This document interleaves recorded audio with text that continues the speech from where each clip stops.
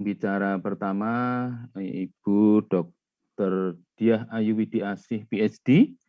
Beliau adalah Ketua Departemen Kesehatan Masyarakat Veteriner FKH UGM, yang pada kesempatan ini akan menyampaikan topik higiene sanitasi penyelenggaraan penyembelihan hewan dan daging kurban.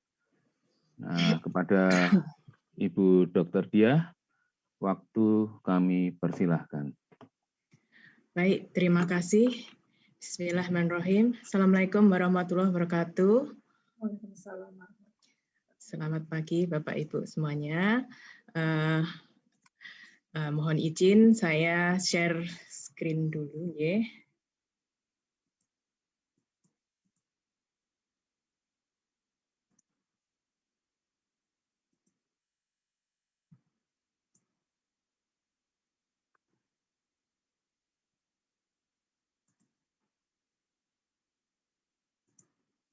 Ya, apakah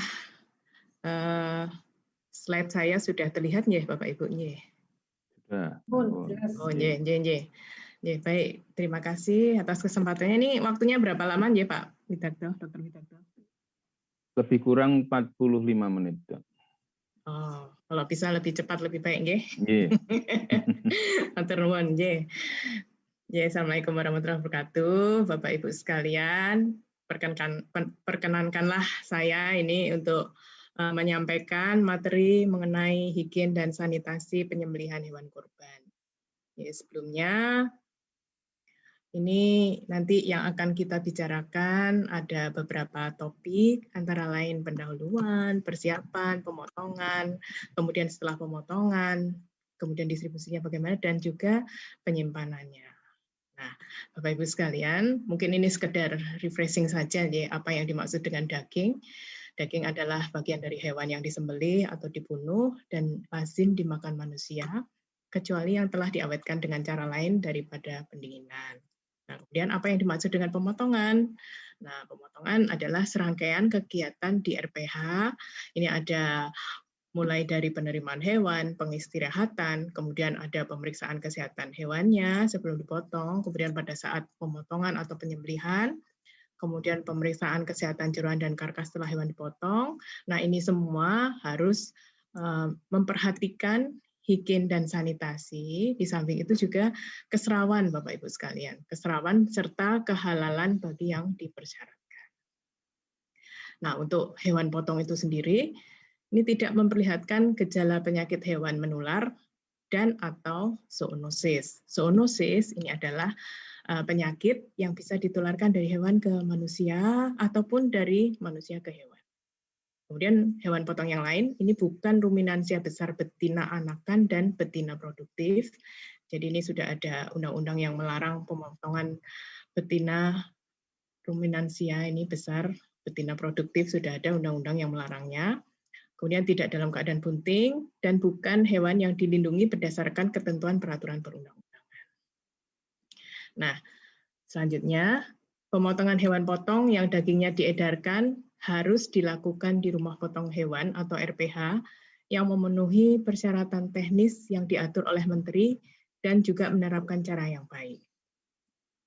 Selain itu, pemotongan hewan potong dapat dilakukan di luar rumah potong hewan dalam hal untuk upacara keagamaan, upacara adat, ataupun pemotongan darurat. Nah, ini yang akan berkaitan dengan Idul Kurban. Ya. Mungkin bisa dilakukan di luar RPH karena ada upacara keagamaan atau adat atau pemotongan darurat ini. Ye. Bapak Ibu sekalian yang kami hormati, nah untuk tahun ini seperti tahun yang lalu, pelaksanaan pemotongan hewan kurban ini mengikuti peraturan pemerintah yang sudah ada ya, karena sekarang ini kita di masa pandemi COVID-19, jadi ada beberapa yang mendasari untuk pelaksanaannya, yaitu Permentan RI nomor 114, Permentan PD 410/9 tahun 2020 tentang pemotongan hewan kurban.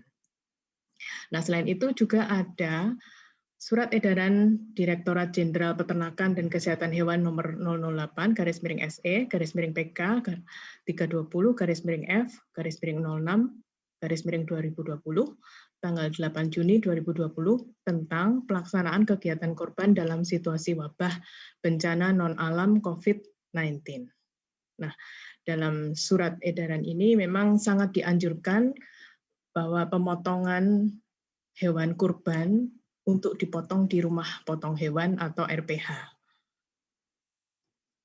Nah, meskipun demikian, pemotongan hewan kurban dapat dilaksanakan di luar RPH, akan tetapi harus mendapatkan izin dari pemerintah kabupaten atau kota melalui dinas yang membidangi kesehatan masyarakat veteriner.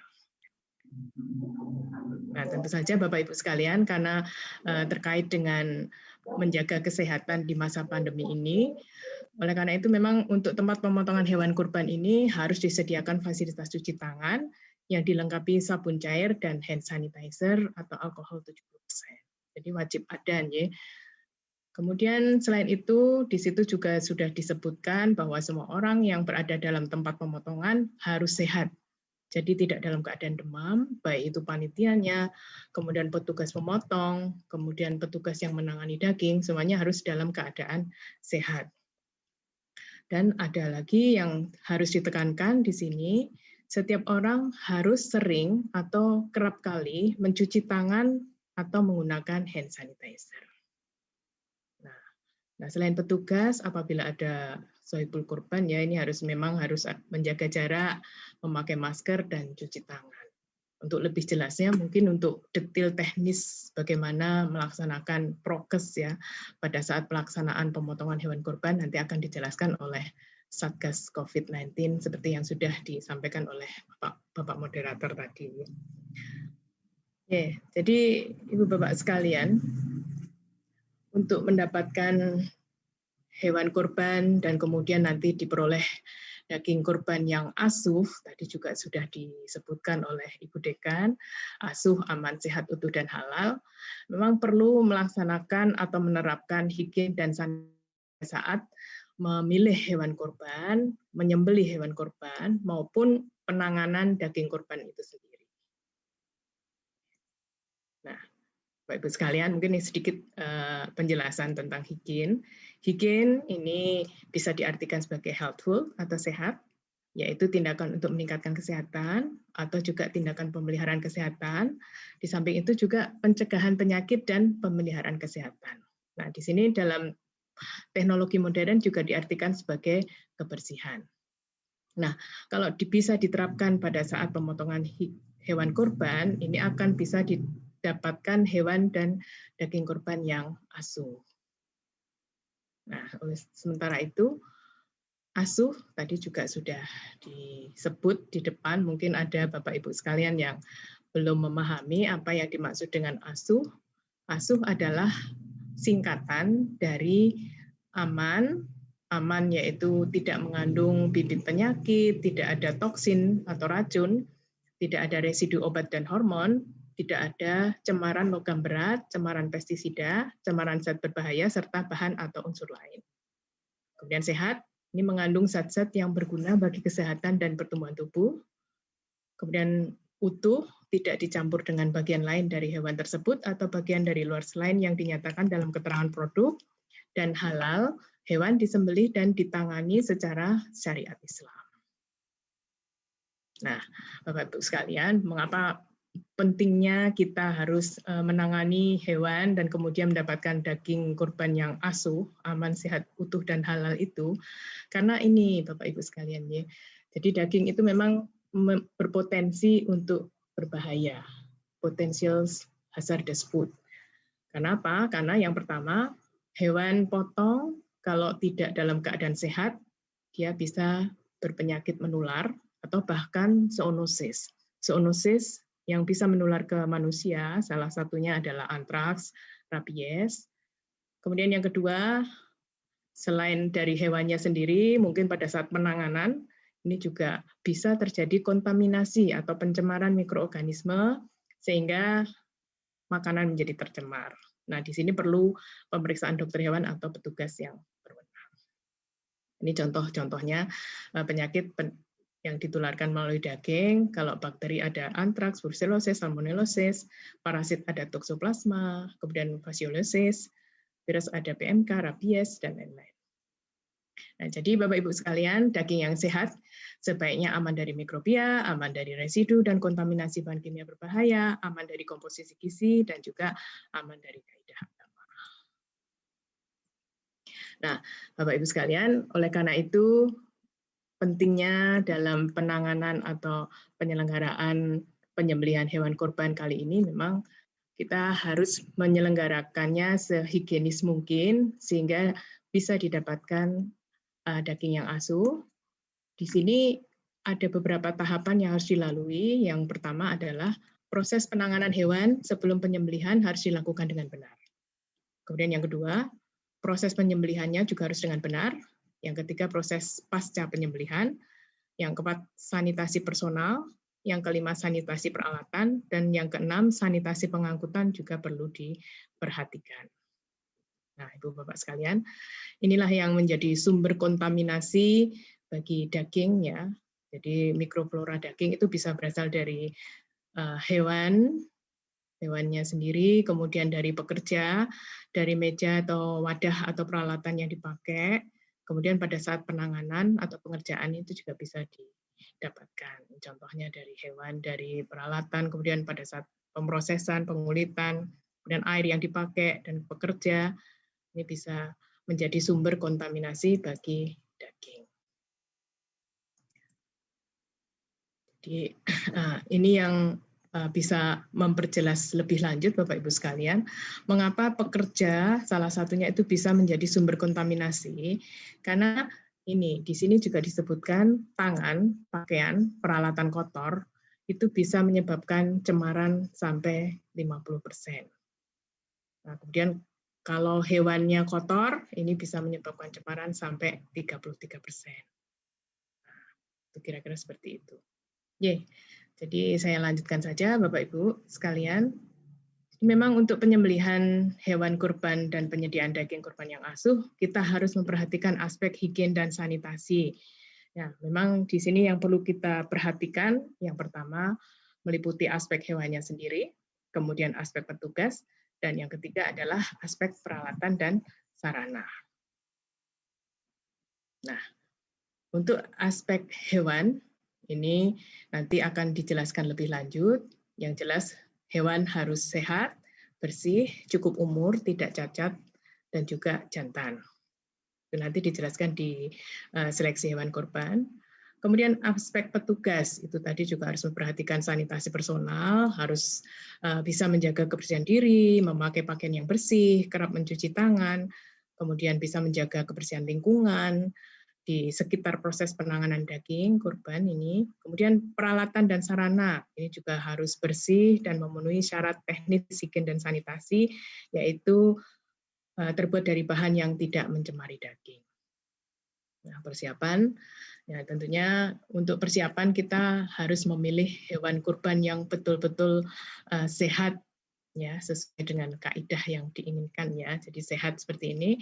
Seperti apa? Jadi kita harus melakukan seleksi terlebih dahulu terhadap hewan kurbannya, di mana untuk hewan kurban itu sendiri ada beberapa persyaratan yang harus dipenuhi, antara lain sehat.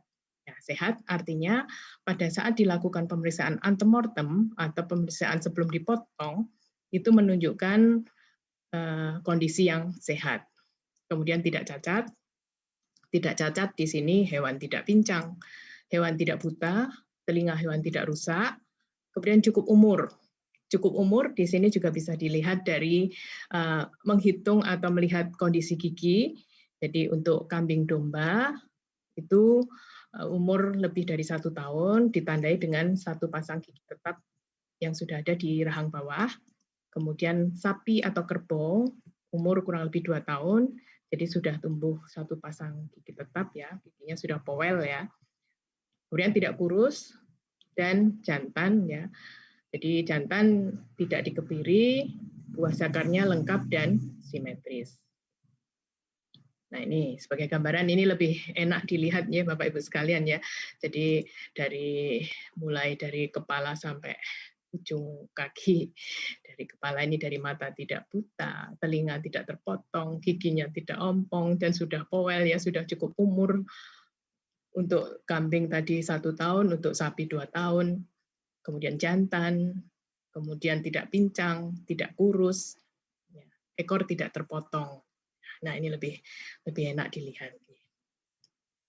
Ya memang Bapak Ibu sekalian, untuk memilih hewan kurban sebaiknya jauh hari sebelumnya supaya mendapatkan hewan kurban yang betul-betul sehat dan kita bisa memilih yang terbaik. Di samping itu juga harganya bisa lebih murah dan juga kita bisa mengetahui asal-usul hewan, apakah hewan berasal dari memang daerah yang sehat ya. Kalau dia berasal dari daerah yang mungkin ada penyakit zoonotik, ini mungkin juga berbahaya. Kemudian memilih hewan yang sehat, ini tadi sudah dijelaskan, kalau berdiri, berjalan normal, tidak pincang, nafsu makannya bagus, kulitnya licin, mengkilap, tidak kusam, dan berdiri, matanya jernih, tidak berair, hidung sedikit basah, tidak keluar liur yang berlebihan. Nah, ini memang penting sekali untuk kita periksakan ke dokter hewan. Ini contoh ya Bapak Ibu sekalian, kalau kita membandingkan antara hewan sehat dan hewan yang terduga antraks misalnya. Kalau dari bulu hewan sehat itu dilihat bersih, mengkilat. Tapi kalau ada dugaan antraks misalnya di sekitar bulu, di sekujur tubuhnya itu kelihatan kotor, kusam, atau mungkin selain antraks ada penyakit yang lain, misalnya ada diare, ya itu di sekitar belakang, sekitar ekor itu juga nanti kotor ya bulu-bulunya. Kemudian gerakannya hewan sehat ini lincah, kalau yang sakit atau dugaan antraks ini lemas, nafsu makan normal, mungkin masih mirip, kemudian cara bernafas untuk hewan sehat normal, kemudian yang terduga sakit ini sesak nafas, kemudian lubang kumlah ya, lubang-lubang alami itu bersih dan normal untuk hewan yang sehat. Tapi kalau terduga antraks itu biasanya ada keluar cairan berwarna hitam. Tapi ini sudah menunjukkan kondisi yang parah. Kemudian yang hewan sehat, suhu badannya 39 sampai 40 derajat Celcius. Kalau terduga antraks lebih dari 40 derajat Celcius. Kemudian tinja dan urin normal untuk hewan yang sehat. Kemudian untuk hewan yang terduga antraks ini warnanya kemerahan. Nah, Bapak Ibu sekalian, ini untuk menentukan umur melalui gigi bisa dilihat di gambar ini. Jadi apa ini namanya? Sudah well nih ya, 2 tahun ya, terlihat 2 tahun ini ada masa dini MD nih ya, ML masa lambat. Nah, jadi 2 tahun ini sudah ada gigi yang powel dan ini terlihat gigi yang sudah tumbuh ini. Jadi gambarnya seperti ini, teman. 1,5 tahun ini sampai 2 tahun. Mungkin ya ini gambaran lebih lanjut. Mungkin ini lebih jelas lagi ya, ini powel ya, ini sudah menunjukkan tumbuhnya gigi sepasang di wah, ini lebih menjelaskan ini umurnya sudah cukup atau sekitar 2 tahun untuk dipotong.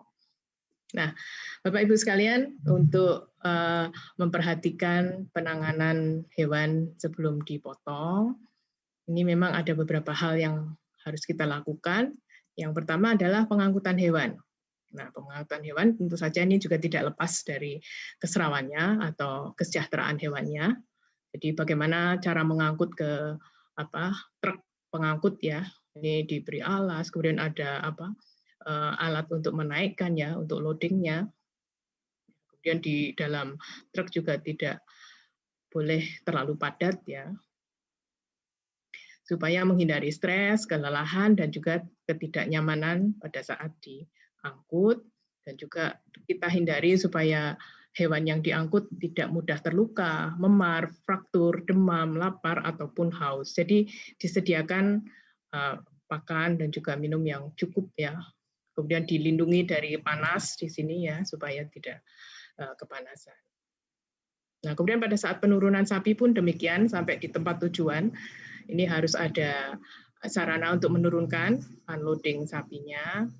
Nah, jadi bukan seperti ini ya Bapak Ibu sekalian ya, ini dipaksa turun meloncat ya, ini akan mengakibatkan fraktur atau patah tulang ya, nanti itu akan berakibat juga tidak baik. Ya, jadi setibanya di tempat tujuan itu sebaiknya memang hewan itu diistirahatkan agar menjadi tenang tidak panik, dan biasanya hanya butuh sekitar 30 menit. Nah, 30 menit ini kondisi jantung sudah melemah ya, detak jantungnya, jadi sudah lebih tenang. Dan ini perlu diperhatikan, ada beberapa hewan yang memerlukan teman ya. Jadi kalau dipisah dia akan gelisah. Jadi sebaiknya ada dalam satu kandang ada temannya. Nah, tapi biasanya kalau untuk kerbau ini biasanya juga secara individu dan bisa diikat, tapi mohon diperhatikan untuk talinya jangan terlalu pendek supaya dia masih bisa bebas mencari minum dan bisa berbaring dengan leluasa. Kemudian disediakan alas jerami. Kemudian di sini juga disediakan air yang cukup ya. Nah, kemudian pada saat diistirahatkan ini ya, ada kandang penampungan yang bersih, kering, teduh melindungi hewan dari matahari dan hujan. Nah, kemudian pada saat sebelum dipotong, ini hewan harus sehat, tidak lelah dan stres, tadi sudah diistirahatkan terlebih dahulu, kemudian bersih, kemudian istirahat 12-24 jam, kemudian boleh dipuasakan 12 jam, dan ini diberi minum. Ini untuk mengurangi isi perut ya atau usus, kemudian dimaksudkan mengeluarkan darah nanti pada saat disembelih bisa sebanyak mungkin, dan karkas juga mudah dikuliti. Nah, ini pada saat berada di kandang ini memang tali nih ya, tali ikatan cukup panjang bagi hewan untuk minum dan berbaring. Jadi sebelum dipotong kita juga wajib melakukan pemeriksaan sebelum dipotong atau dinamakan sebagai pemeriksaan antemortem. Nah, karena kalau hewan kita jumpai dalam kondisi lelah, stres, ataupun menderita penyakit, harus kita pisahkan terlebih dahulu. Kalau lelah ya diistirahatkan, kalau menderita penyakit ya dikonsultasikan kepada dokter hewan untuk segera diobati, dan kemungkinan kalau memang dia agak memerlukan perawatan supaya ditunggu hingga sembuh baru bisa dipotong. Nah, kemudian pemeriksaan sebelum dipotong, ini antemortem bisa dilakukan 12 jam sebelum dipotong, dan di sini bisa ditanyakan asal-usul hewannya, dan pada saat diperiksa, dilihat posisi hewannya pada saat berdiri, pada saat berjalan, dilihat dari kanan kiri, kemudian kebersihan hewan, dan lubang-lubang alami. Nah, ini tujuannya memang untuk mendapatkan hasil yang baik, yaitu hewan yang sehat ya. Ya, jadi ini pemeriksaan sebelum dipotong. Ini kalau ada yang kurus, ini juga dihindari. Kemudian matanya yang mungkin kemerahan, kemudian ingusan ya. Kemudian ini untuk melihat gigi. Kemudian ini ada di sini ada keluar darah dari hidung ya. Kemudian dari tinjanya lunak pun ini perlu mendapat perhatian ya, karena kalau kondisi seperti ini menandakan ada yang tidak normal pada kondisi hewan. Ini kondisi-kondisi seperti ini yang bisa diperhatikan pada saat antemortem. Ini penyakit di lidah ini mengalami luka. Kemudian ini ada beberapa kasus, misalnya di negara yang bebas PMK. Ini kita masih bebas ya. Jadi kalau ada yang dicurigai ini tidak boleh disembelih. Kemudian harus segera dimusnahkan. Jadi memang tujuan kita memang untuk mendapatkan hewan yang sehat. Ya. Nah, melanjut ke penyembelihan ya Bapak Ibu sekalian. Kemudian ke pemotongan, kita perlu memperhatikan di sini aspek petugasnya. Jadi petugas harus menjaga kebersihan diri, memakai pakaian bersih, kerap mencuci tangan, jaga kebersihan lingkungan, dan juga sekitar proses penanganan daging korban. Selain itu, selain aspek petugas, kita juga harus memperhatikan peralatan dan sarana. Harus bersih dan memenuhi syarat teknis dan higien. Nah, untuk petugas, ini memang dipersyaratkan laki-laki muslim yang dewasa, sehat jasmani dan rohani, memiliki keterampilan teknis yang memadai, kemudian peralatan, ini tajam, bersih, panjang, tidak berkarat. Mungkin nanti Dr. Sony akan menjelaskan lebih lanjut ya. Kemudian untuk penanganan nanti ada alas plastik, wadah daging, talenan, pisau, ini semuanya harus bersih dan dijaga kebersihannya. Sarana untuk penyembelihan sendiri ada tempatnya kering, perlu lubang penampung darah, menggunakan pisau yang tajam, air bersih harus tersedia. Kemudian ada tempat khusus untuk menampung daging, ini harus terpisah dari jeroan. Ini lubang penampung darah. Ini bisa digambarkan seperti ini. Untuk 10 ekor kambing, ukurannya setengah meter kali setengah meter kali setengah meter.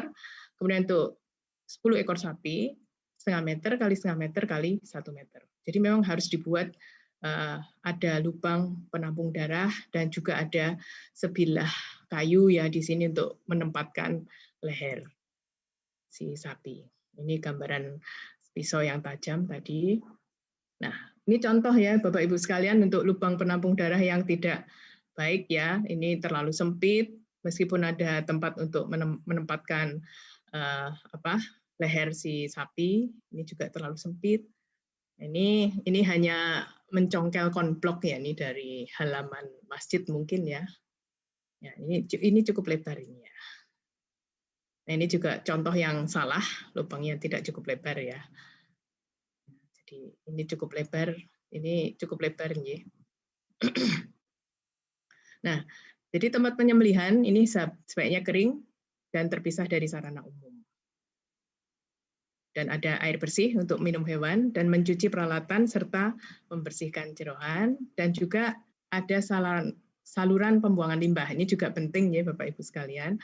Tapi untuk pemotongan di RPH sudah ada pastinya ya, IPAL RPH.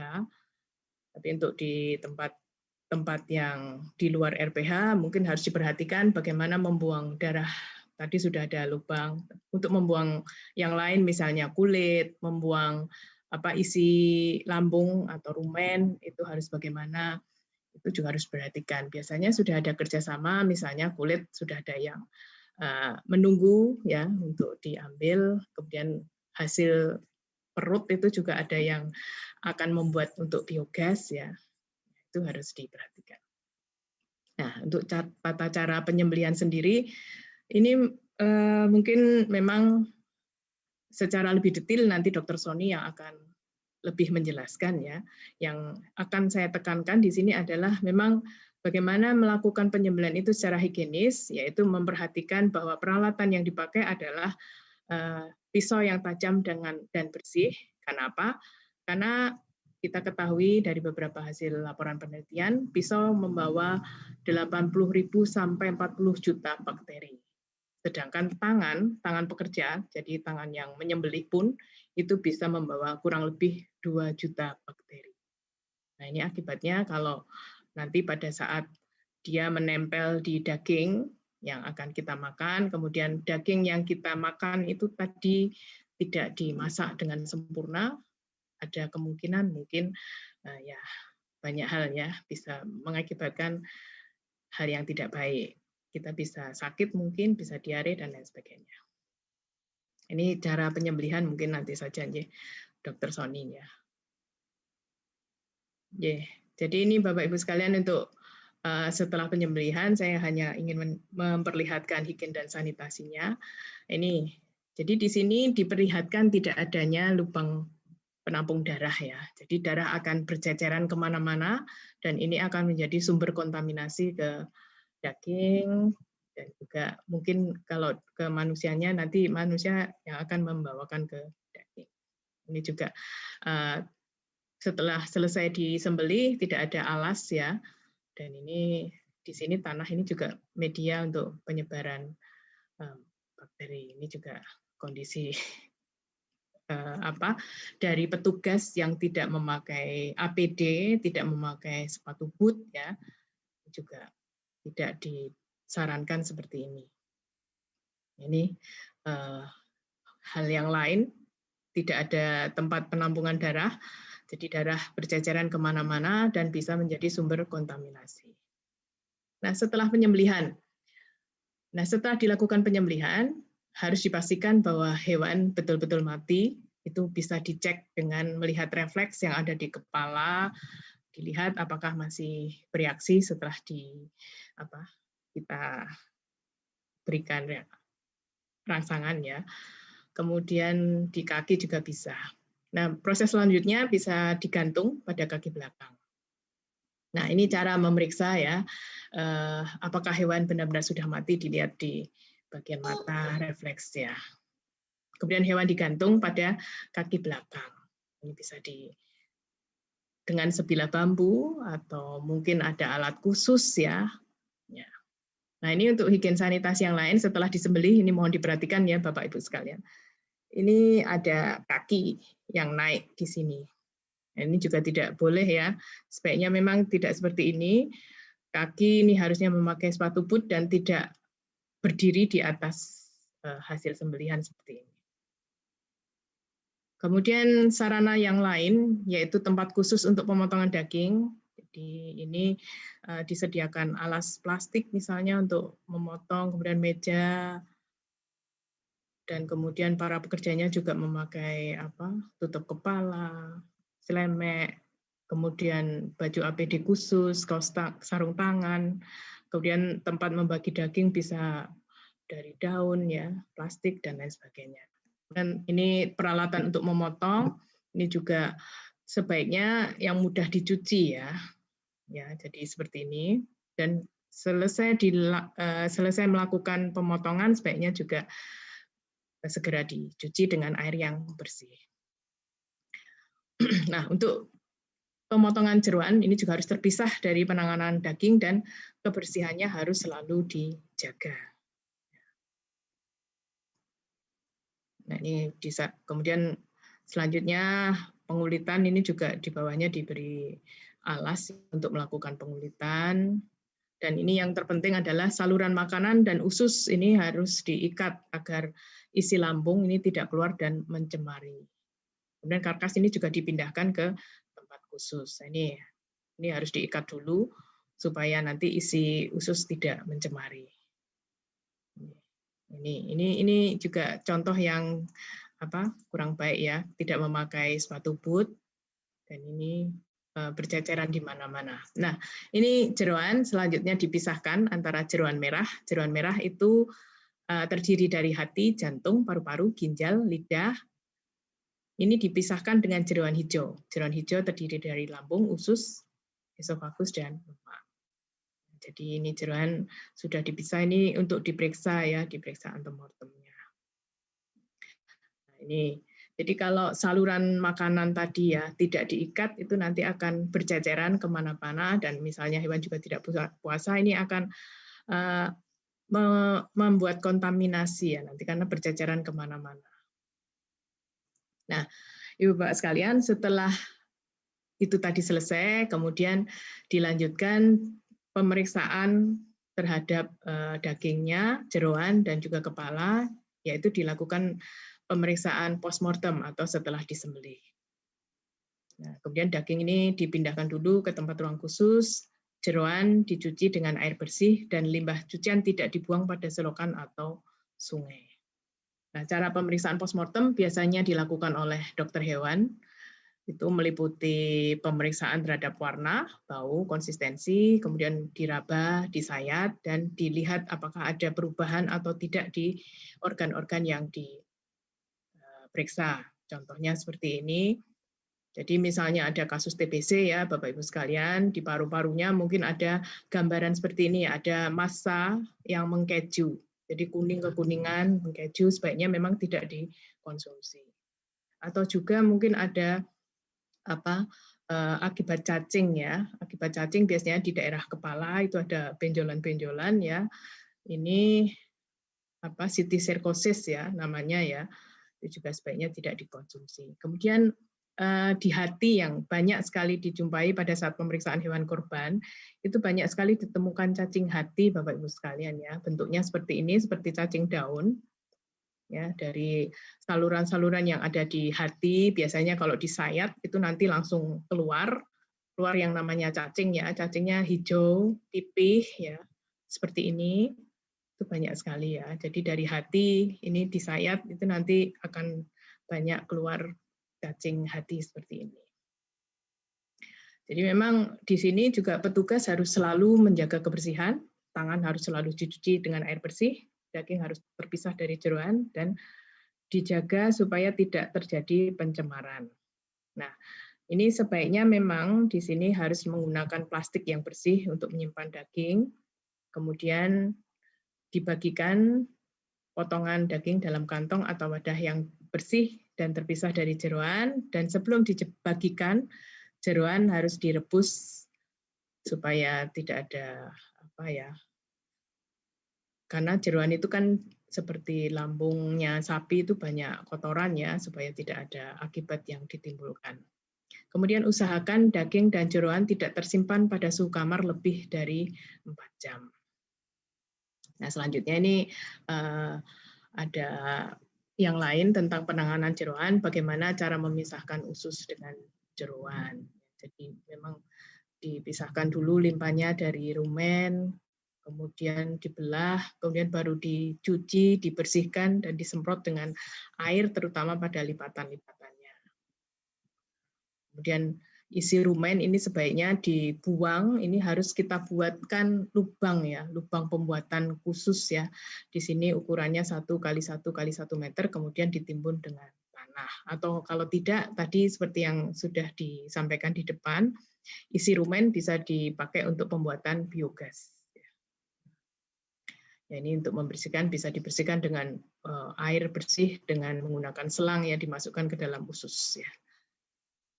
Nah, ini mencuci dengan mengurai atau memisahkan lingkaran usus justru akan membuat usus pecah. Jadi ini mohon diperhatikan supaya nanti hasilnya tidak menyebabkan usus bau dan mudah busuk. Jadi sebaiknya tidak diurai.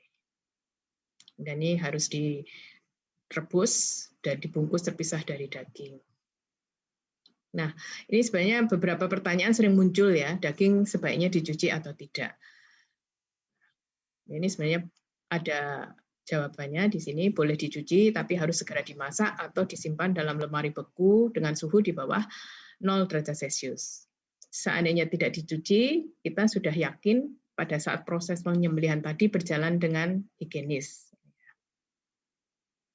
Dan limbah kurban berbentuk apapun tidak boleh dibuang ke sungai maupun ke saluran air. Nah, kulit biasanya sudah ada menampung ya ini ya. Nah, ini tidak diperkenankan ya dibuang di sungai ya. Ini harus dicuci, direbus. Nah, Bapak Ibu sekalian, ini yang terakhir contoh-contoh aspek non higienis ya. Ini sama sekali tidak memakai APD dan ya, ini masih memakai koran zaman dulu dan ini berserakan di mana-mana ya. Ini sangat tidak higienis. Dan ini memakai plastik hitam juga tidak dianjurkan. Dan ini tadi tidak memakai APD, kemudian ini pembuangan darahnya kurang maksimal, dan ini ada yang merokok ya Bapak Ibu sekalian. Ini masih dijumpai, ini tahun lalu ya Bapak Ibu, pada saat masa pandemi masih ya 2020 ya. Ini ada yang masih merokok ya pada proses penanganan daging. Nah, pembungkusan daging sebaiknya tempat daging kurban ini memakai kantung plastik bening atau bisa besek bambu atau juga daun. Selain itu mungkin bisa memakai kantong atau juga food container. Nah, jadi untuk menyimpan daging sebaiknya tidak dicampur antara daging dengan jeroan, daging memar dan kotor sebaiknya diiris, tidak dicampur dengan daging yang bagus, simpan sesuai porsi masak, disimpan bentuk pipih, supaya lebih mudah untuk dicairkan. Kemudian daging disimpan dalam suhu dingin. Ini kalau menyimpannya benar bisa tahan sampai 6 bulan atau lebih. Dan sebaiknya dipotong terlebih dahulu sesuai dengan kebutuhan. Nah, Bapak Ibu sekalian, sebaiknya memang pada saat pemotongan hewan kurban dan juga penanganan dagingnya, jangan lupa mengenakan alat pelindung diri, yaitu celemek, masker, penutup kepala, kaos tangan plastik, dan juga sepatu boot. Ya, Bapak Ibu sekalian, jadi itu saja yang bisa saya sampaikan. Saya mohon maaf apabila ada kekurangan dari saya. Wabillahi taufiq. Wassalamualaikum warahmatullahi wabarakatuh. Terima kasih. Terima kasih.